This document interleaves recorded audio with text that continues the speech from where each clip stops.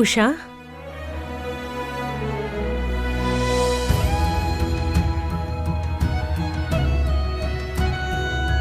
ఏమైంది ఉషా? ఎందుకు ఇలా ఏడుస్తున్నావు?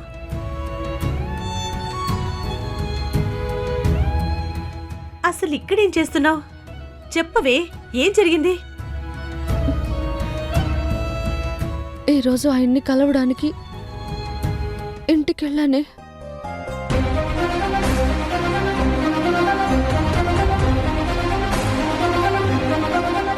టాబ్లెట్ వేసుకోండి. అది చెప్పడానికి నువ్వెవరు? ఇక్కడికి ఎందుకు వచ్చావు? నా కళ్ళ ముందు నుంచి వెళ్ళిపో. ఏడవకు ఉషా, నేనిలా చూసి నేను తట్టుకోలేకపోతున్నాను. నువ్వు కిరణ్ గారిని దూరం పెట్టడం ఆయన్ని చాలా హర్ట్ చేసింది ఉషా. ఆయన నీ పైన ప్రేమ చూపించినా నువ్వు ఆయన పైన కోపం చూపించావు.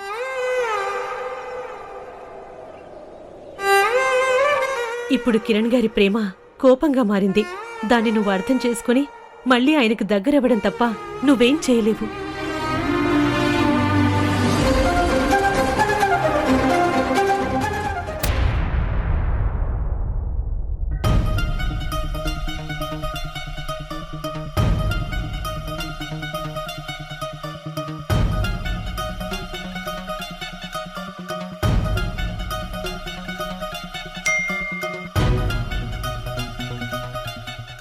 ప్రభు, నీకు నీ కొడుకు మురారి కావాలా వద్దు తేల్చుకొని చెప్పు.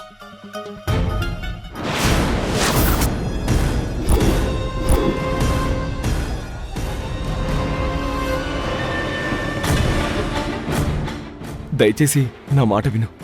నువ్వు అడిగిన 10 లక్షల రూపాయలే కాదు, నీకెంత డబ్బు కావాలన్నా నేను ఇస్తాను. నువ్వెక్కడికి వచ్చి ఇవ్వమంటే అక్కడికి వచ్చి ఇస్తాను. కానీ నా బాబు మురారిని మాత్రం ఏమీ చేయకు ప్లీజ్. నీకు దండం పెడతాను.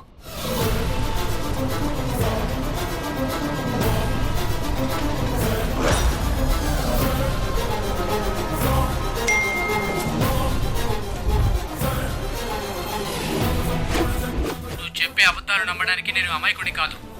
నువ్వు నోటితో డబ్బిస్తానంటున్నావు, కానీ చేతుల్లో మాత్రం నన్ను పోలీసులకు అప్పగించడానికి ప్లాన్ చేస్తున్నావు. ఆ పోలీసుడు ఎప్పుడు నీతోనే కనబడుతున్నాడు. నేను నీడలా నీ వెంటే తిరుగుతున్నాడు. అలాంటప్పుడు నువ్వు చెప్పిన మాటలను నేను ఎలా నమ్మాలి? నువ్వు నా రూల్స్ని బ్రేక్ చేశావు. అందుకే ఇక మీ బాబు మురారికి ప్రమాదం తప్పదు. వద్దు, దయచేసి అంత ఘోరం చేయొద్దు. తరుణ్ గారితో నాకు ఎటువంటి సంబంధం లేదు. నువ్వు చెప్పినట్టు చేస్తాను. నువ్వు అడిగిన 10 లక్షలు తెచ్చిస్తాను.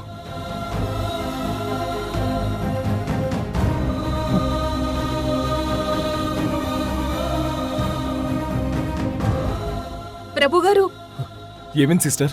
ఐసీయూలో మీ వైఫ్ కనిపించట్లేదు సార్.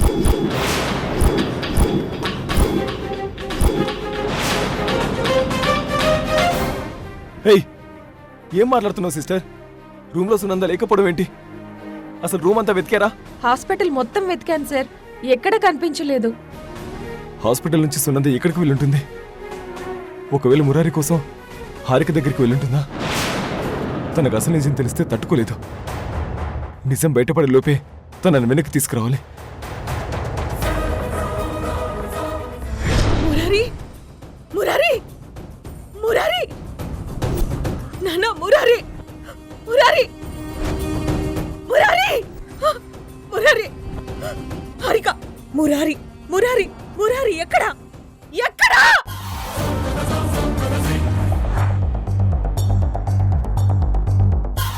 నేను వెంటనే ఒక్కసారి మురారిని చూడాలి. వాడితో మాట్లాడాలి. హారిక, చెప్పు హారిక.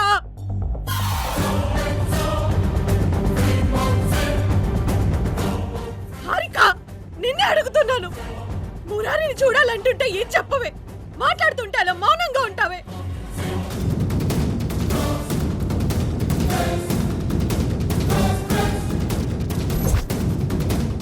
నువ్వు అలా మౌనంగా ఉంటే నాకు భయంగా ఉంది. నోరు తెరిచి మాట్లాడు.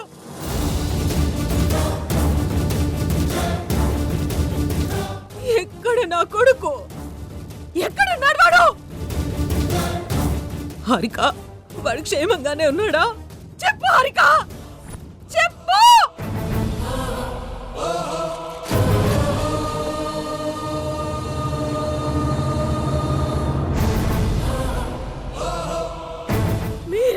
చెప్పండి, నా కొడుకు ఎక్కడా? నా మురారి ఎక్కడా?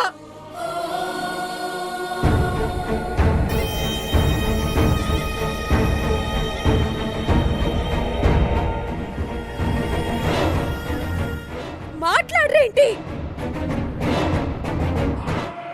నేను ఇంతలా గొంతు చెంచుకొని అరుస్తుంటే మీరే నోరు విప్పరే. ఎక్కడ నా మురారి? వాడు నా కొడుకు మాత్రమే కాదు, వాడే నా ప్రాణం, నా జీవితం, నా ప్రపంచం, నా సర్వస్వం. సునంద గారు, ఒకసారి నేను చెప్పేది వినండి. అసలే మీ ఆరోగ్యం బాలేదు. ఈ టైంలో మీరు ఇలా టెన్షన్ పడ్డం, అరవడం మంచిది కాదు. నాకేమైనా పర్వాలేదు, నేను చచ్చిపోయినా పర్వాలేదు.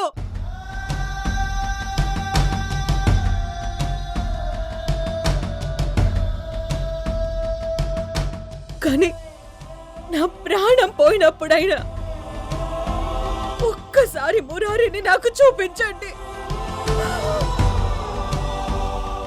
ఒక్కసారి చూపించండి హారిక. వాడెక్కడున్నాడో నాకు నిజం చెప్పండి. ఎందుకు మీరు మురారిని చూపించకుండా దాస్తున్నారు? నిజం చెప్పండి.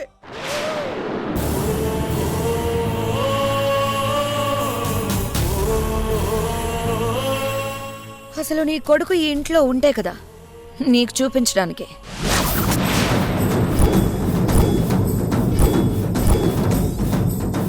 తప్పు చేసిన వాళ్ళు మౌనంగా ఉంటారే తప్ప నోరు తెరిచి ఏం మాట్లాడతారు? ఈ కుటుంబాన్ని నమ్మి నువ్వు నీ కొడుకుని వీళ్ళకి అప్పగించావు. వీళ్ళందరూ కలిసి కుట్ర చేసి నీ కొడుకుని నీకు దూరం చేశారు. అసలేం జరిగిందంటే,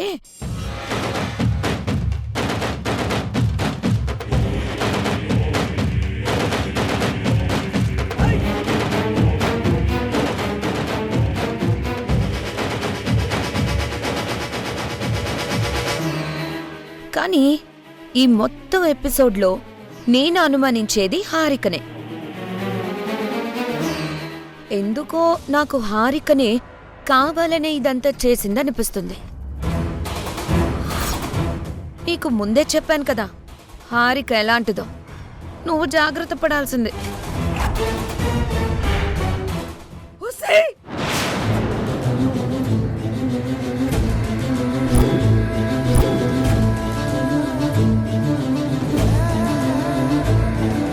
నీ కొడుకు పుట్టగానే చనిపోయాడని బ్రతికున్న నా కొడుకుని నాకు కాకుండా చేస్తావా?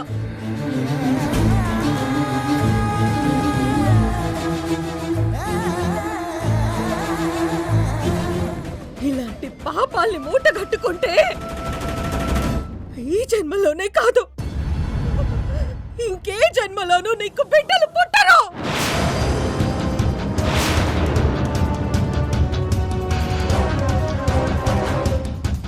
నీకు బిడ్డలే పుట్టరు.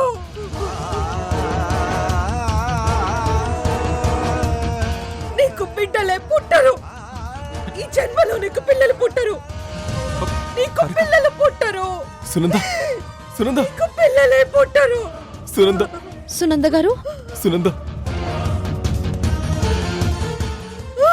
సునంద, నీకు పిల్లలే పుట్టరు.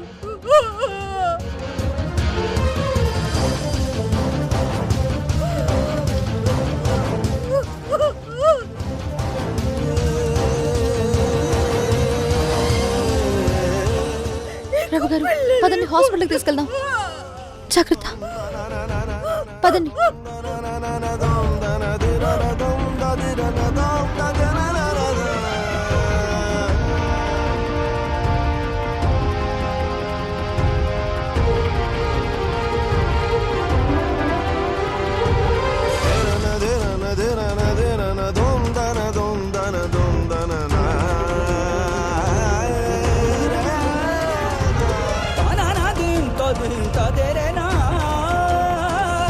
तेरे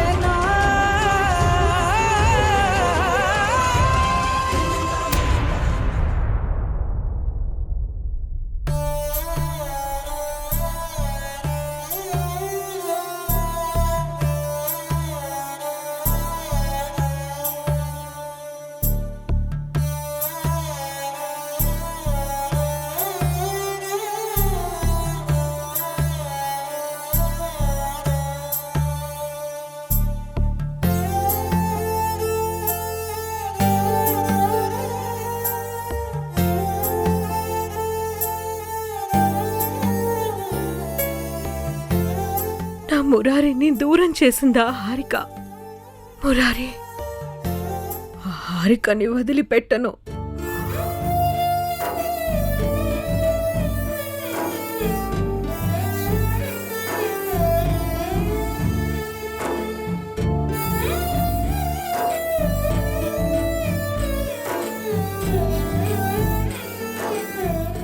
సునంద గారు అనవసరంగా హారిక అక్కని అపార్థం చేసుకుంటున్నారు. హారిక అక్క కావాలని చేసుండదు. హారిక గారి గురించి నాకు తెలుసు ఉషా. సునంద ఈ పరిస్థితిలో ఉండడానికి కారణం ఆ మేఘన.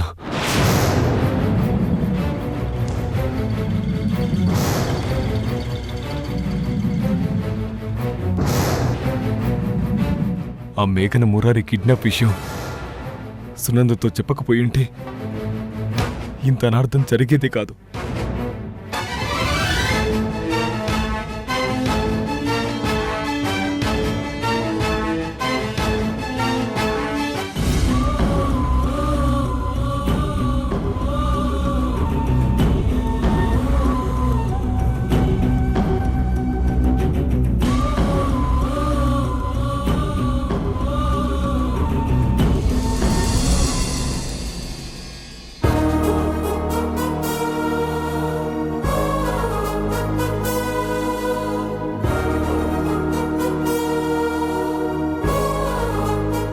Okay, bye.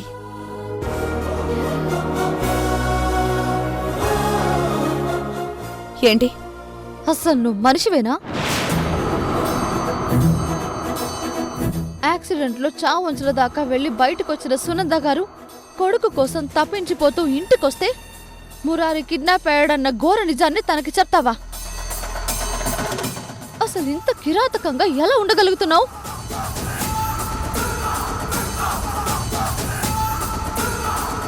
నువ్వు చెప్పిన నిజం విన్న తర్వాత ఇప్పుడు అక్కడ హాస్పిటల్లో సునంద గారి పరిస్థితి ఎలా ఉందో తెలుసా?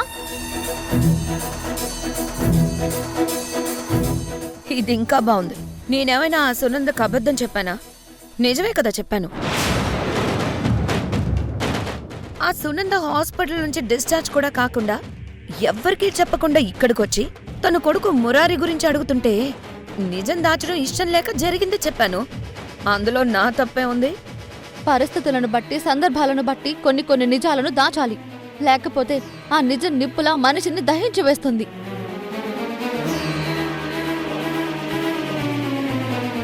నువ్వు చెప్పిన నిజం ఇప్పుడు ఆ సునంద గారి ప్రాణాల మీదకి తీసుకొచ్చింది. క్షణమైన కొడుక్కి దూరంగా ఉండలేని ఆ తల్లి గురించి తెలిసి కూడా పిడుగులాంటి వార్తను ఆమె మొహం మీద చెప్పడానికి నీకు మనసెలా వచ్చింది?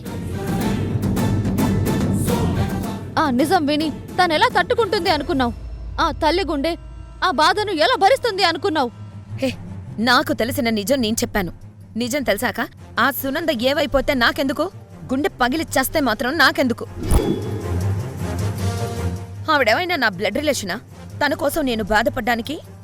నోర్మోయ్ మేఘనా,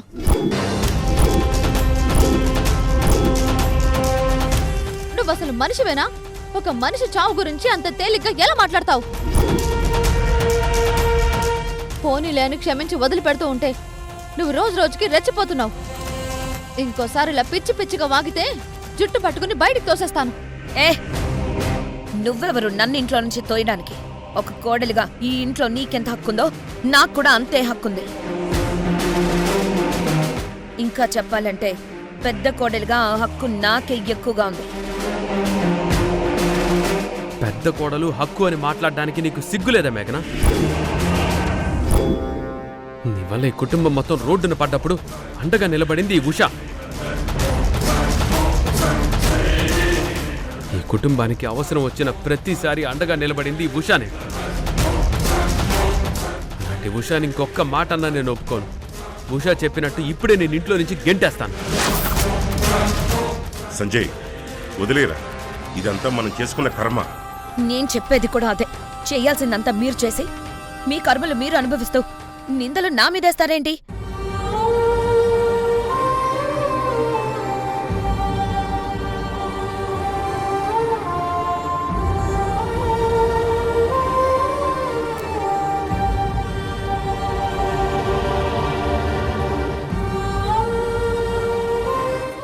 ఏంటమ్మా ఉషా, ఇవాళ నీకేమైంది? ఎప్పుడూ లేంది ఇంత ఆవేశంగా ఎందుకు మాట్లాడావు? అసలేం జరిగిందమ్మా?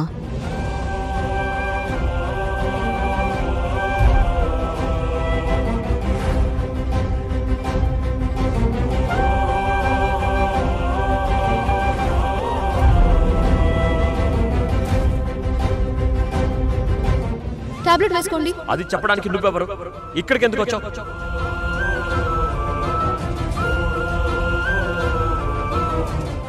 నా కళ్ళ ముందు నుంచి వెళ్ళిపో.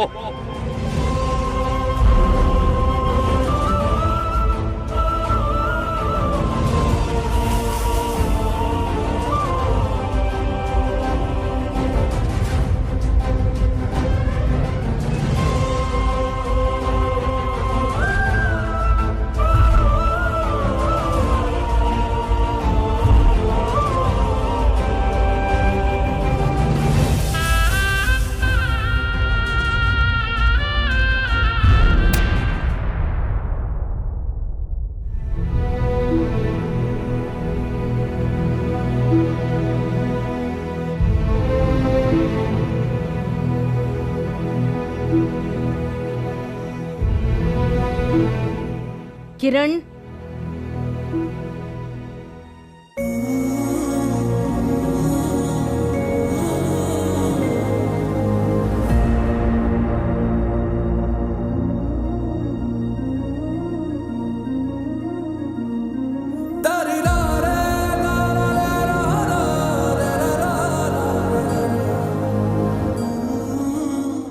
కూర్చోరా.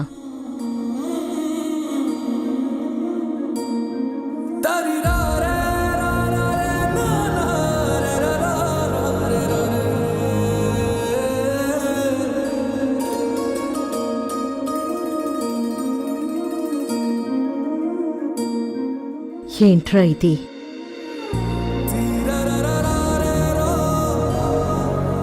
నీకొంట్లో బాగలేకపోతే మాకొక్క మాట చెప్పొచ్చు కదా, మేం వచ్చి నిన్ను చూసుకుంటాం కదా. అవునరా కిరణ్, నిన్ను చూస్తుంటేనే నాకు అర్థమవుతుంది నువ్వు ఎంత నీరసంగా ఉన్నావో. పద, హాస్పిటల్కి వెళ్దాం. వద్దు నాన్న, అనవసరంగా మీరు నా ఆరోగ్యం గురించి వరి అవ్వకండి. నేను బాగానే ఉన్నాను.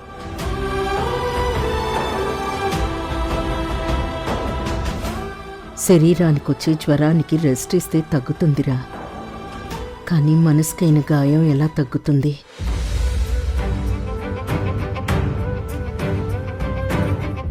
ఉష నాతో అంతా చెప్పిందిరా. నిన్ను కలవడానికి వచ్చిన తనపైన నువ్వు కోపడ్డావంట, నిజమేనా?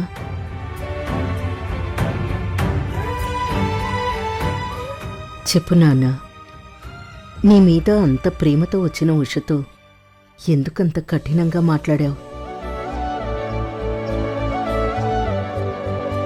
పాపంరా ఉష, తనెంత బాధపడుతుందో నీకు తెలుసా?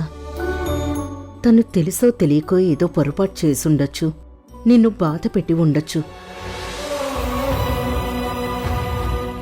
కానీ నీ గురించి ఆలోచించి నిన్ను చూడటానికి వచ్చింది అంటే అత్తన అనురాగం కాదా? అది నువ్వు అర్థం చేసుకోకపోతే ఎలారా? తను తప్పు చేశానని నీ ముందు ఓడిపోయి కన్నీళ్లు పెట్టుకుంటుంటే నువ్వు తనని గెలిపించాల్సింది పోయి మరింత కొంగదీస్తున్నావురా. తనది మాత్రమే బాధ అయితే మరి తను నన్ను పరాయి వాళ్ళ దూరం పెట్టిన ఇన్ని రోజులు నేను అనుభవించింది ఏంటి? అది బాధ కాదా?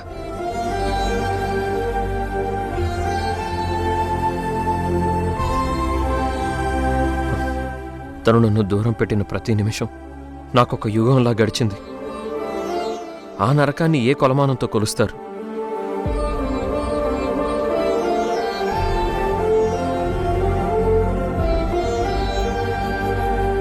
నేను తన కోసం ఎంతో ఆలోచించాను. నా ప్రపంచం అంతా తనే అనుకున్నాను. కానీ తను మాత్రం నన్నెప్పుడూ పరాయివాళ్లాగే చూసింది.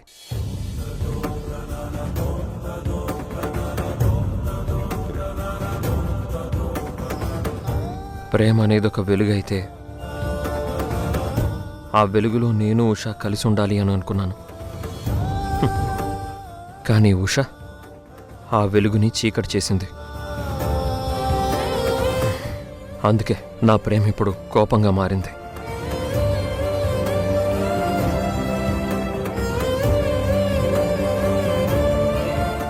నువ్వు చెప్పింది నిజమే కిరణ్. ఉష ప్రవర్తన నిన్ను బాధపెట్టింది. ఆ గాయం లోతు కూడా మాకు తెలుసు. కాని నువ్వే ప్రాణం అనుకున్న ఉషను నువ్విలా తప్పుపట్టడం కరెక్ట్ కాదురా.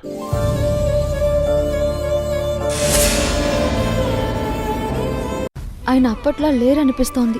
అప్పటిలాగా నీపైన ప్రేమ లేకపోతే గంట క్రితం నీ గురించి, నీ కడుపులో ఉన్న బిడ్డ ఆరోగ్యం గురించి ఎంక్వైరీ ఎందుకు చేస్తారు? ఆయన నా గురించి ఫోన్ చేశారా? కిరణ్ గారు నాకు ఫోన్ చేసి నీ గురించి, నీ కడుపులో ఉన్న బిడ్డ గురించి అడిగారు. వాడి మాటలు వింటుంటే ఆ అసహనంలో కూడా నీపైన ఉన్న ప్రేమ కనిపిస్తుందమ్మా. వాడి ఆరోగ్యం ఇంకా అలానే ఉంది. కనీసం టాబ్లెట్ వేసుకోవడానికి కూడా వాడు ఇష్టపడట్లేదు. అది తలుచుకుంటేనే భయంగా ఉంది.